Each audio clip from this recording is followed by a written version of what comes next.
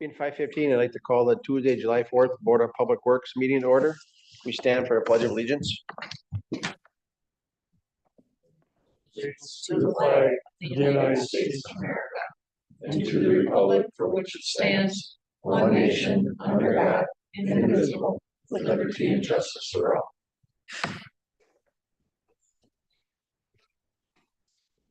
Any changes to the agenda? There is no changes.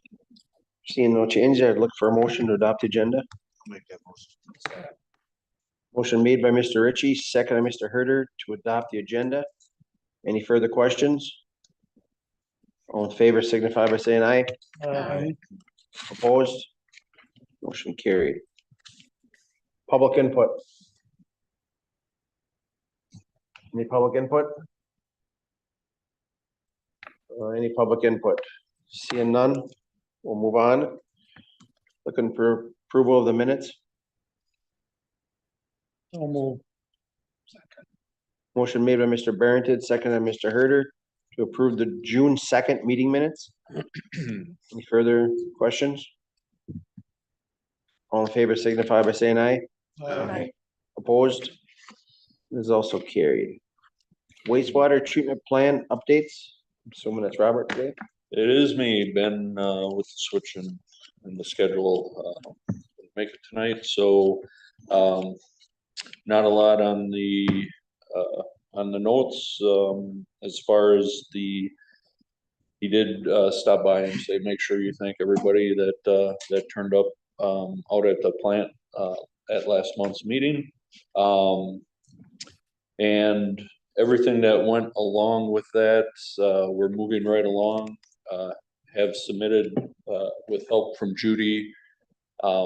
We've submitted everything they need, for the USDA, rural development, what they wanted financially. So what they're gonna do is look through all this documentation, set up a time frame when they'll actually come in and, kind of go through more specifics, to see how we sit as far as, financial resources for us. The preliminary compliance alternative plan that was presented that day was turned into the DNR on June 9th. We did get confirmation from them, but, being short-staffed, it will be a while until we hear anything back from them as far as if it looks all right, or, I mean, I don't see any flaws with it, so there's usually not an issue, being it's just a preliminary one. The coating, Sanchez Coatings, with the bad weather we had last week, they really weren't around, so we're kind of between 2 and 3 weeks behind schedule on the digester coating. They've been working through a lot of issues with, running a single digester for this long, as, you probably read in his notes. They are doing a good job at, figuring things out, how to get around, some of these items, and, as you can see in the picture, this glob of, rigs that, they had to pull from the line. And that's not just the first one, that's about 6 5-gallon buckets worth, and they've had several occurrences of, 4 or 5 5-gallon bucket issues. So not being able to clean out that other digester is really starting to take its toll. Ben's also working on his, 2026 budget. Not too much on the capital end, as he indicated, but the maintenance budget will be up there again. Just to make sure we have things covered to get us through. Also looking into fee increases for hauled in waste. We'll be going through that and bringing something back to the board in, next month or two. Does anybody have any questions on any of them items?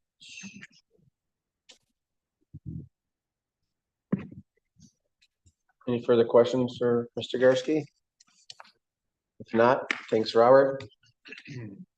We'll move on to review bid tab and recommend awarding HVAC unit replacement at the senior center to Huffman Heating and Cooling Incorporated. So we had, I think Ted had a total of 9 or 10 interested parties in this replacement. About 7 of them, 7 of the contractors showed up at the site, did a pre-site inspection. And in the end, we received 3 bids. As you can see, Hoffman Heating was definitely the low bid. These are comparable units.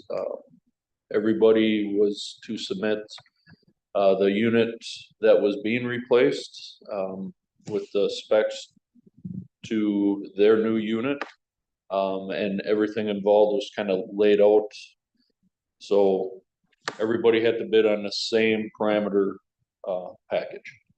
When they, the only one that varied, the August Winters one, they went for a brand that was a little bit larger, so their scope of work included adding an extra section of concrete pad to put the stand on in order for that stand to hold the new unit.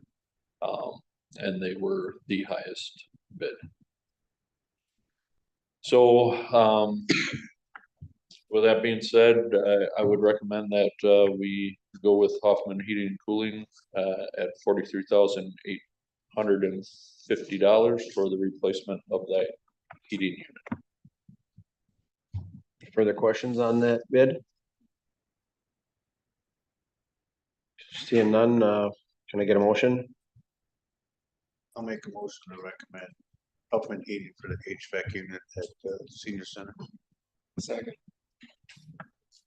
Motion made by Mr. Ritchie, second by Mr. Dorsey, to recommend awarding the HVAC unit replacement at senior center to Huffman Heating and Cooling. Any further discussion? All in favor signify by saying aye. Aye. Opposed? Motion carried. Review and recommend stop sign ordinance for uncontrolled intersections. So this again is what we do yearly. Find we're kind of working in a pattern going east to west, trying to take care of these uncontrolled intersections. These were the next 5 on the list to receive stop signs. I don't know if anybody has any questions on this as far as our plan with uncontrolled intersections or the intersections we are controlling in this one. I was just kind of, I go up on Millard and Smith. You're coming up that hill and then you got a stop sign on Smith. I was wondering if you guys could consider changing that around to have it the other way. Cause it's like you come up that hill, especially in the winter, then you gotta stop. So that's the only thing that I have to add to that. I would not be opposed to that. I would definitely look into. Cause it's quite a steep hill and then you're coming up and you're sitting at the stop sign and if you're icy and whatever, you know, it'd be nice to just kind of go through that one, so. But I know it's not the ones that you have here, but it's an existing one that. Oh, it's an It's an existing. existing one. I don't know if that's something you guys want to look into. 'Cause Okay. I just think I'll it's, definitely look into it. Yeah, that's right where I live, and the only thing that, is that gonna affect having a stop sign at each end of that block then? You're stopping at Warren, then you're gonna stop at Millard? If we would switch that? I don't know if that would be an issue or not.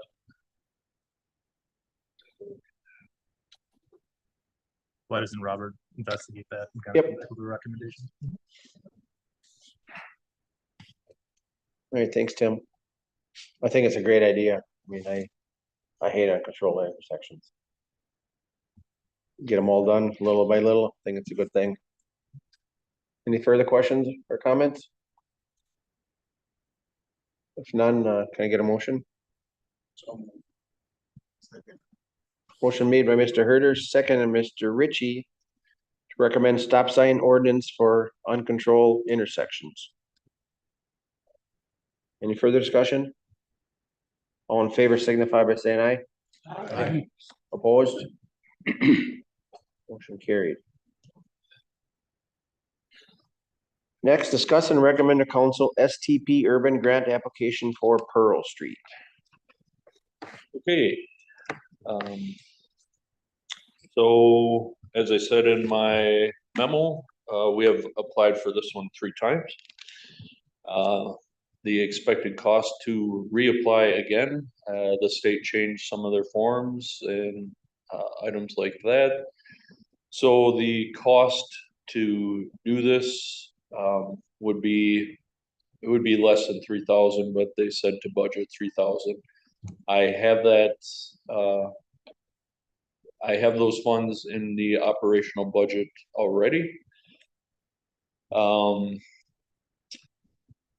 Hearsay, I mean, you hear some aspects from the DOT that we rank fairly high because of the condition of the street and the scope of work, but with Wapaka County receiving their STP urban grant for Shawano Street last year, that we were passed over again.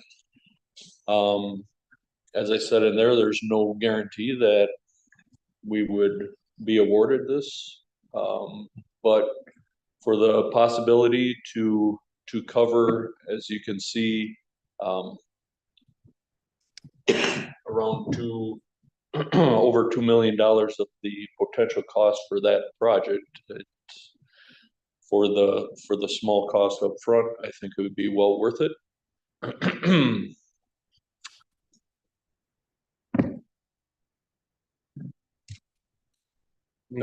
There are, you know, there's wrinkles with everything, and everything has its drawbacks and bonuses. I mean, we saw what happened downtown, and sure, there were hurdles, but there are certain hurdles with all projects, and it's just who you get and having less control of your contractor. But for that amount of money, I think it's worth it, but that's up to this board to decide. I'll make a motion to recommend the council. How far are we going? This one could only cover from North Water Street to Beacon, because that's the only section that would actually qualify for the urban portion, the STP urban. If we were awarded that, I would definitely see if we could go a little bit further to the south. Whether that would happen or not, I don't know. But those next couple blocks are Terrible. I've gotten quite. that sums it up there. And they can't mill and overlay that because there's concrete underneath it, correct? What's that? That stretch of, we're talking about, that's concrete underneath the blacktop, so they can't mill and overlay it? Right, and I wouldn't wanna throw that kind of money at that without doing something to the sanitary and that in that same area, because that definitely needs work, the full scope. And if we're full scope going through Pearl Street up to Beacon, it would be nice to carry the extra 2 to 3 blocks, get through that rough section, have that all taken care of. Because that's still that, you know, you have a clay main and a lot of things that need fixing. So it'd be nice to take care of it all at once. Because really the option to line that area is there, but would that be feasible to do that versus just continuing to put in a new main as you have that already open?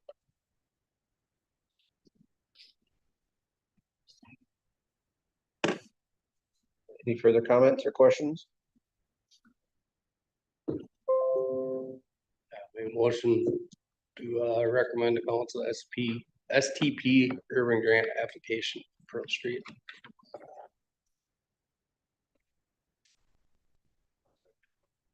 Motion made by Mr. Ritchie, second by Mr. Dorsey to recommend to council STP Urban grant application for Pearl Street. Any further discussion? All in favor signify by saying aye. Aye. Opposed? Motion carried. Cross our fingers on that one, Robert. Director's report. Again, I wish Ben was here, to thank him for his, 25 years of service. That gentleman knows that plant like no other, and anyone that was on that plant tour knows how passionate he is about his work and about running that plant. And I would like to thank him for all his hard work out there. And also Luke Hammonds, the street superintendent, he has 10 years of service on July 28th. So the beginning part of this, the street planning and construction information page on the website has been updated. Chad did all the work on this, so I will let him bring everyone up to speed on what he has done. Mhm. All right, so this is just another great opportunity whenever someone comments or questions about street reconstruction projects or anybody on Facebook or social media commenting about that. This is your place where you either go or whether to send people. This is everything everybody wants to know about street reconstruction in New London. So go to the city's website, newlondonwi.org/streets.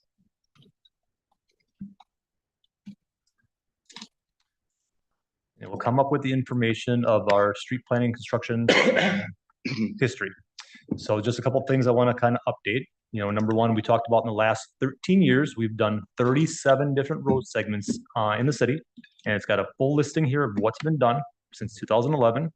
We also have a map here. If you click on the link, it'll show you that we've been, spread around the city. It's not all in one area. So definitely kind of working our way around the city depending on where the need is.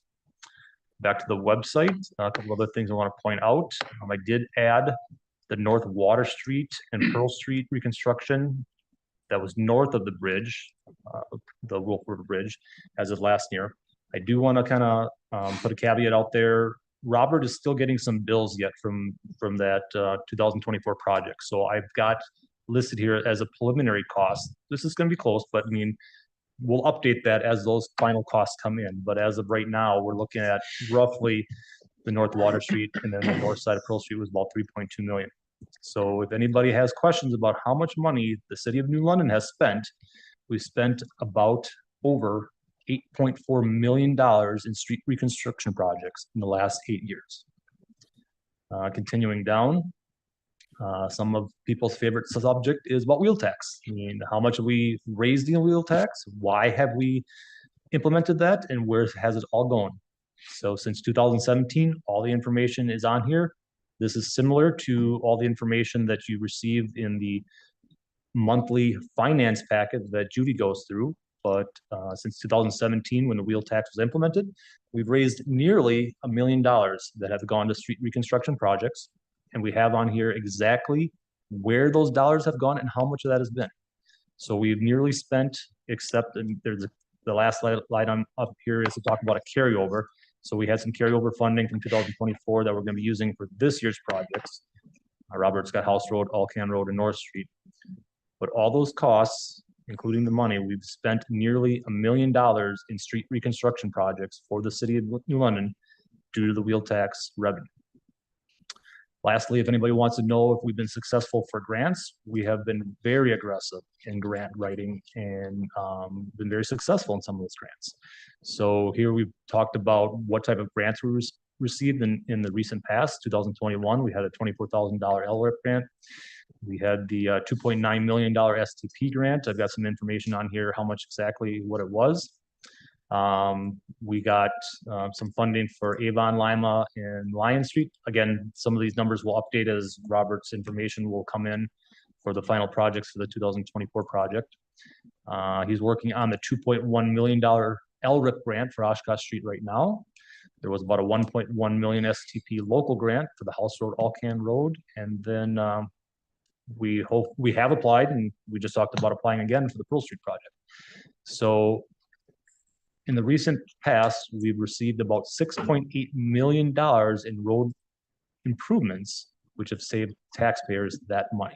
So if anyone is questioning, council members or on social media, go to newlondonwi.org/streets, and you will get everything that you want to see about street reconstruction in New London. Any questions?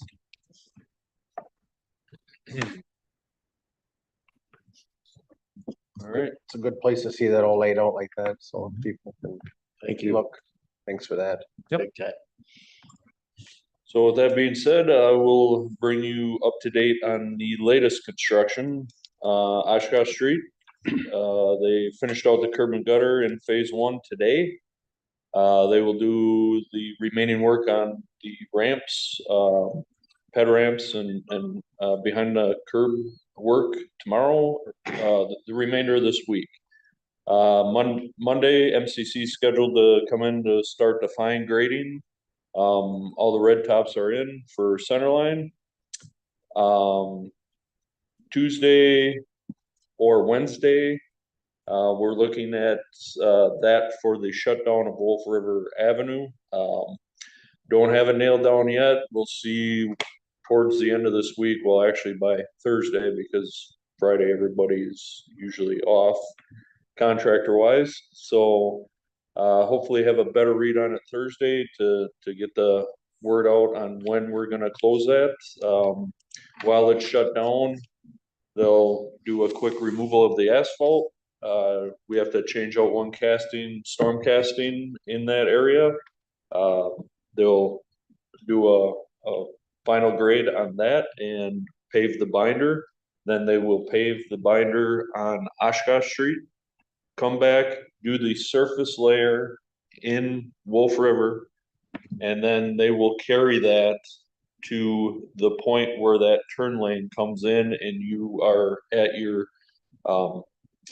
road width to carry the rest of the way. The reason we're surfacing that to that extent this year is it gets us past those lower inlets down on that northern end. That'll keep all that water from sitting on that binder surface in that area. We'll get it up on the curb. That it gives it a good place where they can define a new joint in the surface for next year's completion of the surface product. PTS will continue running their sanitary main. They're in the Pine Street intersection right now. They were finishing up some of the inlet leads and inlets in that intersection. Then they'll continue with the sanitary main working to the south. When they approach each intersection, they usually take care of everything on that side once they run the sanitary through. So your inlets on the east side of the roadway, and then they keep carrying up.